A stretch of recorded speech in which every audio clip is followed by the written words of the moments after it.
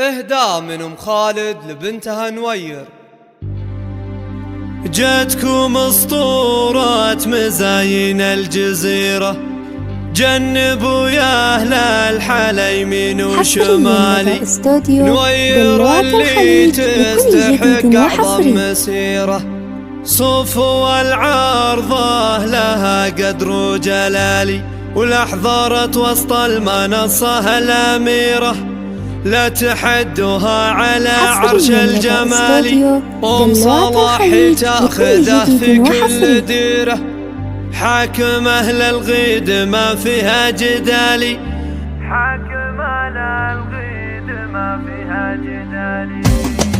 جتكم اسطورة مزاين الجزيرة، جنبوا يا أهل الحلا يمين وشمالي، نوير اللي تستحق أعظم مسيرة، صوف والعارضة لها قدر وجلالي، ولحظرت وسط المنصة الأميرة، لا تحدها على عرش الجمال، أم صلاح تاخذه في كل ديره، حاكم أهل الغيد ما فيها جدالي، حاكم أهل الغيد ما فيها جدالي، نوير بنت رشد بالهبة جديرة، بنت شيخ برقاب المجد عالي، أم صلاح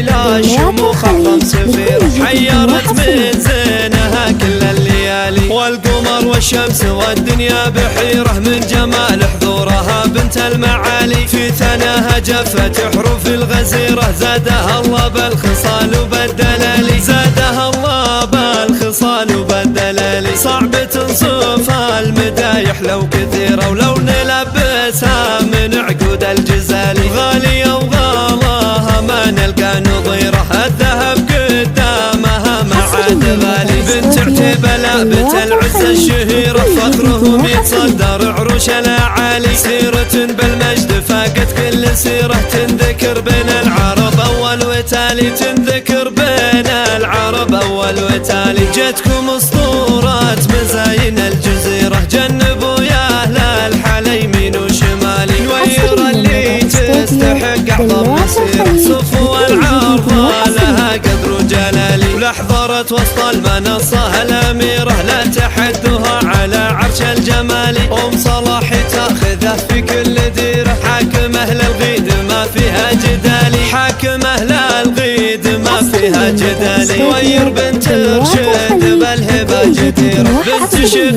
برقاب المجد عالي، أم صلاح لا شموخ أعظم سفيرة، حيرت من زينها كل الليالي، والقمر والشمس والدنيا بحيرة، من جمال حضورها بنت المعالي، في ثناها جفت حروف الغزيرة، زادها الله بالخصال وبالدلالي، زادها الله بالخصال وبالدلالي، صعب تنصف المدايح لو كثيرة، ولو نلبسها من عقود الجزالي، غالية وغالاها ما نلقى نظيرة، الذهب قدامها ما عاد غالي، بنت عتيبة لابت العز الشهيرة، فخرهم يتصدر عروش الأعالي، سيرة بالمجد فاقت كل سيرة، تنذكر بين العرب أول وتالي، تنذكر بين العرب أول وتالي.